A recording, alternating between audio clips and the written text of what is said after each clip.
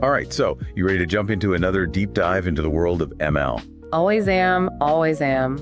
What have you got for us today? Well, this one is pretty cool. It's tackling a pretty big challenge. You know how AI, struggles to learn new things without forgetting what it already knows? Oh, yeah, catastrophic forgetting. That's a classic problem. Been around forever, right? In this paper, well, it might have a pretty interesting solution. They're proposing this whole idea of dynamically freezing parts of the AI's brain so it can hold on to those important memories while still learning new stuff. Okay, I'm intrigued. So how exactly are they proposing to do this? Walk us through the core concepts here. Well, you see, it all starts with this thing called the stability-plasticity dilemma.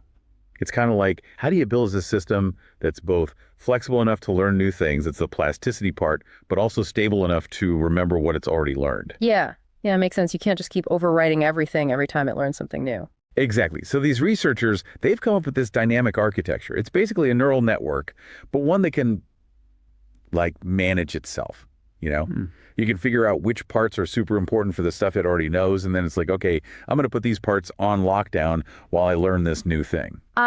So it's protecting those crucial memories while still allowing for growth in other areas. Precisely. They call it a saliency mask.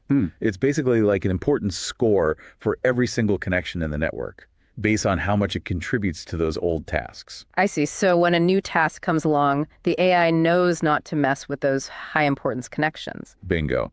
So it focuses on tweaking the connections that aren't as vital to what it already knows, minimizing disruption. Clever. And it sounds like this could be a much more elegant solution than some of the other approaches out there. Oh yeah, for sure. Some methods try to regularize the learning process to prevent big changes. Others do this whole memory replay thing where the model has to revisit old data to refresh its memory. Yeah, those can get pretty computationally expensive, right? Especially when you're talking about AI systems learning lots and lots of different things over time. For sure. This new approach, it seems a lot more streamlined. And the best part, it actually works. Oh, yeah. How did they test it out? Well, they ran it through a bunch of standard continuous learning benchmarks, and the results, they were pretty impressive, especially compared to other cutting-edge techniques. What kind of metrics were they looking at? Well, the usual suspects. Average accuracy across all tasks, how much it forgets those old tasks as it learns new ones. And across the board, their method just performed better. So it's not just about nailing the new stuff, it's about retaining that old knowledge, too. Absolutely, that's the whole point. But of course, no method is perfect. Right. What are some of the limitations they acknowledged? Well, they were pretty upfront about it. For one, they said that if the new task is super similar to an old one, uses the same underlying features and all, then even this freezing mechanism might not be enough to prevent some interference. That makes sense. It's even if you try to compartmentalize your knowledge, sometimes those boundaries blur a bit, right? Yep. And they also said that finding the perfect level of protection for those important parameters is still something they're working on. Sure, that's a tuning problem, right? Finding that sweet spot.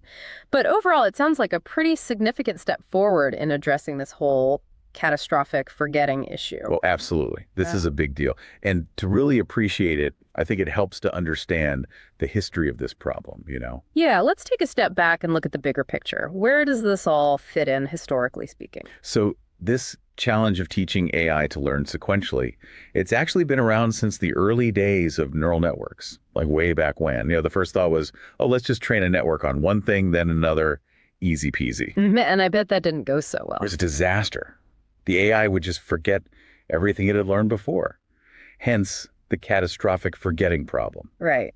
So how did researchers try to tackle this back then? Well, there were a few ideas.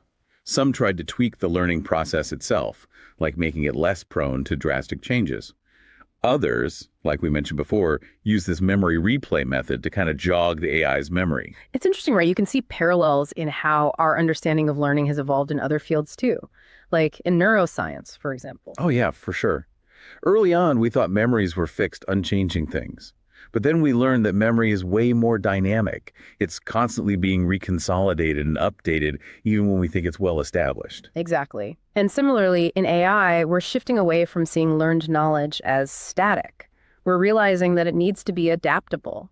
capable of refinement as the AI encounters new information. Which brings us back to this paper, right? Yeah. It's pushing us towards that more dynamic, adaptable model of learning in AI. And that has some pretty exciting implications for the real world, doesn't it? Oh, huge. Imagine robots that can learn new skills on the fly in constantly changing environments.